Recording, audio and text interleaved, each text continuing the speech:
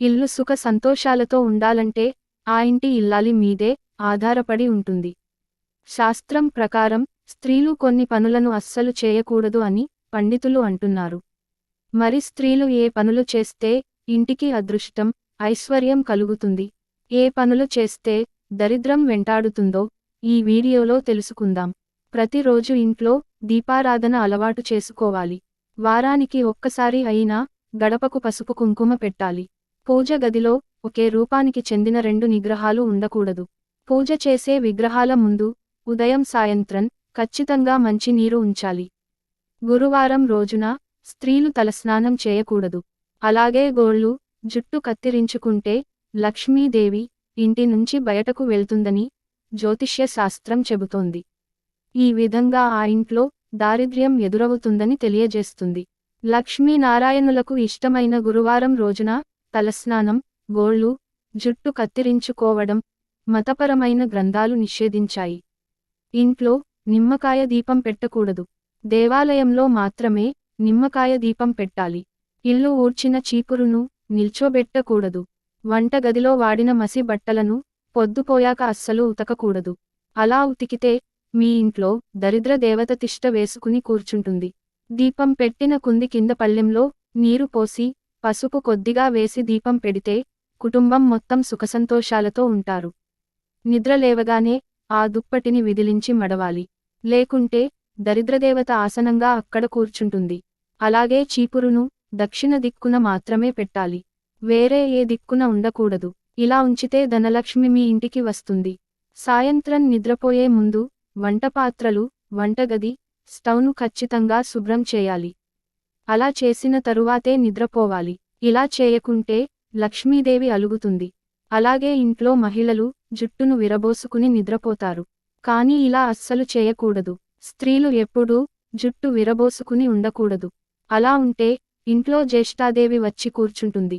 పెళ్లైన స్త్రీలు రాత్రివేళల్లో భోజనం చేయకుండా అలగకూడదు. ఆహారం తినకుండా నిద్రించకూడదు.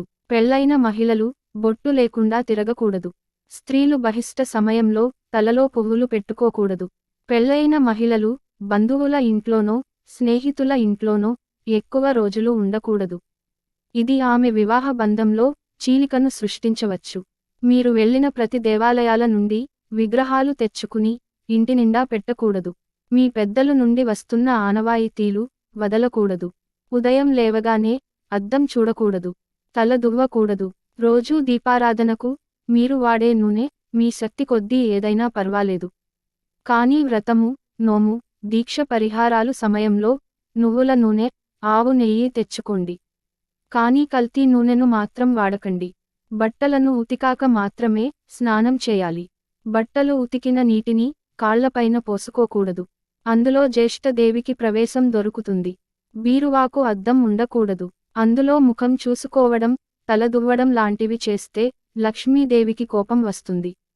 తద్వారా మీ ఇంట్లో డబ్బు అసలు నిలవదు. సాయంత్రం 6 దాటాక సూది, ఉప్పు, నూనె, కోడిగుడ్లు ఇంటికి తెచ్చుకోకూడదు. ఎందుకంటే అవి శని స్థానాలు. మీ వెంట కొని తెచ్చుకున్నట్లు అవుతుంది. పొద్దుపోయాక పెరుగు, ఊరగాయలు ఎవ్వరికీ ఇవ్వకండి.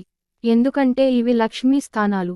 శనివారం రోజు చెప్పులు, గొడుగు, గుడ్లు, నూనె, మాంసము ఇంటికి తెచ్చుకోకూడదు. మీకు తినే అలవాటు ఉంటే కనుక వీటిని ముందు రోజు తెచ్చుకోండి. జాతకంలో కుజదోషం ఉన్నవారు, వ్యాపారంలో గొడవలు, ఇబ్బందులు ఉన్నవారు మంగళవారం రోజు గుడ్లు తినకండి. శనివారం రోజు నలుపు వస్త్రాలు ఇంటికి తీసుకుని రాకండి. ఎవరైనా శనివారం రోజు బహుమతులుగా ఇనుము వస్తువులు, నల్లటి వస్త్రాలు, నీలి వస్త్రాలు, గొడుగు, చెప్పులు ఇస్తే వాటిని తీసుకోకండి. ఇంట్లో దుమ్ము ధూళి లేకుండా శుభ్రంగా ఉంచండి. పూజ గది ఎప్పుడూ శుభ్రంగా ఉండాలి. పూజ ప్రదేశంలో వెంట్రుకలు పడితే దేవతలకు ఆహారం అందదు అంటారు. వంట చేసేవారు మాట్లాడుతూ, అరుస్తూ వంట చేయకూడదు. పొరపాటున అందులో మీ ఉమ్ము కనుక పడితే అది మహాపాపం. శుక్రవారం స్త్రీలు ఎరుపు పువ్వులు, ఎరుపు గాజులు వేసుకుంటే చాలా మంచిది. ఇంటి ముందు తమలపాకు చెట్టు ఉంచకండి. తోట ఉంటే తోటలోనే ఉంచండి. ఇంటి ఎదురుగా అరటి చెట్టు కూడా ఉంచకూడదు. తులసి చెట్టు ఆకులు గోటితో గిల్లకూడదు. పొద్దుపోయాక తులసి కోటకి నీరు పోయకూడదు.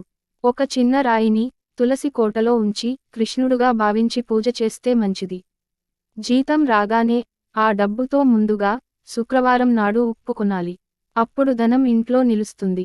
ఇంటికి వచ్చిన సుమంగలికి కుంకుమ బొట్టు పెట్టి పంపాలి. రాత్రి పూట గాజులు, తాళి పక్కన తీసి పెట్టకూడదు. తాళిబొట్టులో దేవతా విగ్రహాలు, డాలర్స్ వేసుకోకూడదు. పిన్నీసులు ఉండకూడదు. దేవుడికి వాడిన పసుపును మంగళసూత్రంకి పెట్టుకుంటే మంచిది. సాయంత్రం సమయంలో అపశకునాలు అస్సలు మాట్లాడకూడదు. ఎందుకంటే సాయంత్రం సమయంలో తదాస్తు దేవతలు తిరుగుతూ ఉంటారు. స్త్రీల నోటి నుండి మంచి పదాలు మాత్రమే రావాలి. కోపంలో కూడా కొన్ని పదాలను పలకకూడదు. శని, పీడ, దరిద్రం వంటి పదాలను స్త్రీలు ఏ సమయాల్లోనూ పలకకూడదు. ఇలాంటి పదాలను వాడటం వల్ల చెడు జరిగే అవకాశాలు ఎక్కువగా ఉంటాయి. వారానికి ఒక్కసారి అయినా ఇల్లు తుడిచే నీటిలో రాళ్ల ఉప్పును వేసి ఇంటిని తుడవాలి. సంధ్యాకాలంలో గొడవలు పడకూడదు. ఆ సమయం ప్రదోషం కాలం. సాయంత్రం సమయంలో చేసే పూజ మంచి ఫలితాన్ని ఇస్తుంది. విడిచిన బట్టలను కాలితో తొక్కకూడదు. స్నానం చేసి తుడుచుకున్న టవల్ని ఇంటి తలుపు పైన వేయకూడదు. పొద్దు ఎక్కే వరకు ఇంట్లో నిద్రపోకూడదు. ఆ టైంలో వాకిలి చిమ్ముకోకూడదు. తిన్న ఎంగిలి కంచం ముందు చేతిని ఎండబెట్టి చాలాసేపు కూర్చోకూడదు. భోజనం చేస్తున్న సమయంలో ఎవరిని తిట్టకూడదు. ఆ తిట్టులు మనకే శాపంగా మారుతోంది. మంగళవారం, శుక్రవారం గోర్లు తీయకూడదు. పేనులు కుక్కడం, దువ్వడం చేయకూడదు. ఇంటిని ఉదయం వేళ శుభ్రం చేసుకోవాలి. సాయంత్రం కాకముందే ఊడ్చుకోవాలి. సూర్యాస్తమయం లోపే ఇంటి నుండి చెత్తను తొలగించాలి. సూర్యాస్తమయం అయ్యాక ఇంట్లోని చెత్తను స్త్రీలు బయటపడేయకూడదు. దీనివల్ల లక్ష్మీదేవి ఆగ్రహానికి గురయ్యే అవకాశం ఉంది. 2 చేతులతో తలగోకకూడదు. గోర్లు కొరుకుతూ ఉండకూడదు.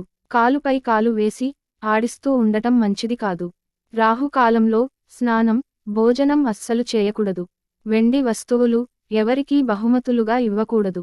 ఇంటి గుమ్మం ముందు చెప్పులు ఉండకూడదు. కొంచెం దూరంగా ఉండాలి.